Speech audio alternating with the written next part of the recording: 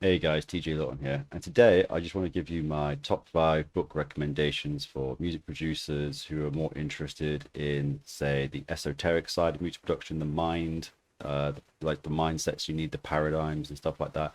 These aren't necessarily going to be books on technicality, like how to mix or produce, although there is one in here I do recommend for that, which I think is worth mentioning because it's a really nice, handy little handbook to have. So if you're wondering where I get all this information from, it's generally from these books and a bunch of other books I've read.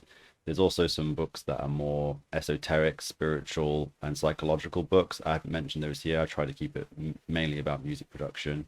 But if with this video does well, I'll do another one on some different books that will holistically help you with music production, even though they're not about music production. So the first one, and no surprises, the first one is The War of Art by Stephen Pressfield. This is a banger of a book. It's so quick and easy to read, and it will really help you understand resistance and how to overcome it, how to wake up every day and feel motivated to make music, even when you don't feel inspired. Sort of puts you in that frame of mind of like, I can do this every day, even if I don't feel like doing it. Helps you understand that. It's a must read, in my opinion. I think it's only like 200 pages long, and they're usually very succinct chapters as well, very spaced out. I think there's three parts to it. I kind of first part is about, I think it's more about the mindset stuff. Second part's about going pro and about like the sort of mentality you need to work at it every day. And then the third part's more esoteric and spiritual and talks about the muse and stuff like that. So yeah, fantastic book. I'd probably start with this one. It's especially if you're someone who doesn't read, this is such an easy book to read. Anyone can read it. The second book I have is This Is Your Brain on Music. Now, I read this a few years ago, so I can't remember all the details from it, but it talks about how evolutionarily the brain was designed to interpret music and understand it, and it's what its function is and how music and sound is important to a human being, and why it does what it does and how it functions. And there's like little bits of information there that will make you think, oh wow, okay, if I could do that with my music, it's going to trigger chemicals in the brain to make people feel excited and stuff like that. So, it talks about the biology of the brain and how music can make chemicals release and stuff like that. It's very scientific, but if you can read that, you'll have a better understanding of how a human being actually interprets music and absorbs music, and then you can make better sound design choices. At least that's what I took away from it when you go write a track. The third book we have is The Mental Game by Jason Timothy. I just recently finished reading this, and it is a banger of a book for sure.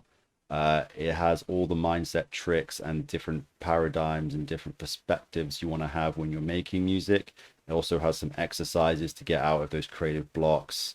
Also has some technical information about like how you should set up a template and how you can do a little bit of EQ and compression. The technical side of the book is like 5% of it, and they're just like very quick tips that he gives. These aren't like fast, hard rules either. These are just like guidelines that he's discovered. Fantastic book. I really like one of the things I really like about it was like when he says he does sound design, he's not trying to make a sound fat or big. He's trying to use descriptive words like I want a bass line that flows like water, or how a lead sound that sounds like it's underwater or in like dark murky waters and stuff like that. I thought that was a really, really inspiring way to look at sound design rather than just trying to make a big fat pluck sound, for example, or a super saw. So stepping away from those technical descriptive words and using more emotional descriptive words so that you can paint more of a story with your sounds and stuff like that.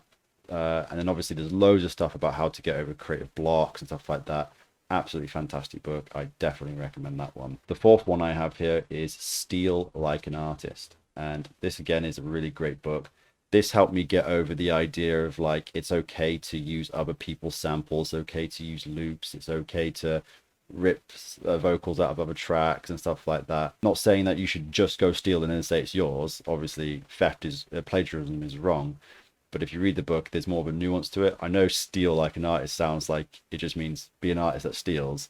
It doesn't quite mean it like that. How it works in the book is he's saying because we all have our unique upbringings and our unique perceptions and our unique influences, by taking inspiration and taking parts from other songs, you come up with something unique because only you would come up with that based upon those unique interpretations and experiences you have. Again, I wouldn't just take the book at face value, just saying like steal like an artist. Oh, I must steal.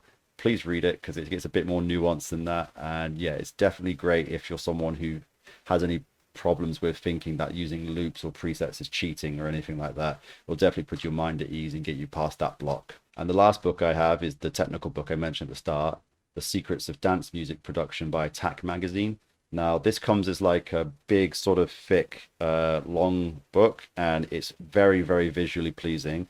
I've never read it all the way through. It's one of those where it has chapters on different parts of music production, like, arrangement, mixing, mastering, the different elements of a song, leads, plucks, bass lines, stabs, what are the characteristics of those sounds, how do you make those sounds, and gives like step-by-step demonstrations of like how you would make those sounds in some basic synthesizers.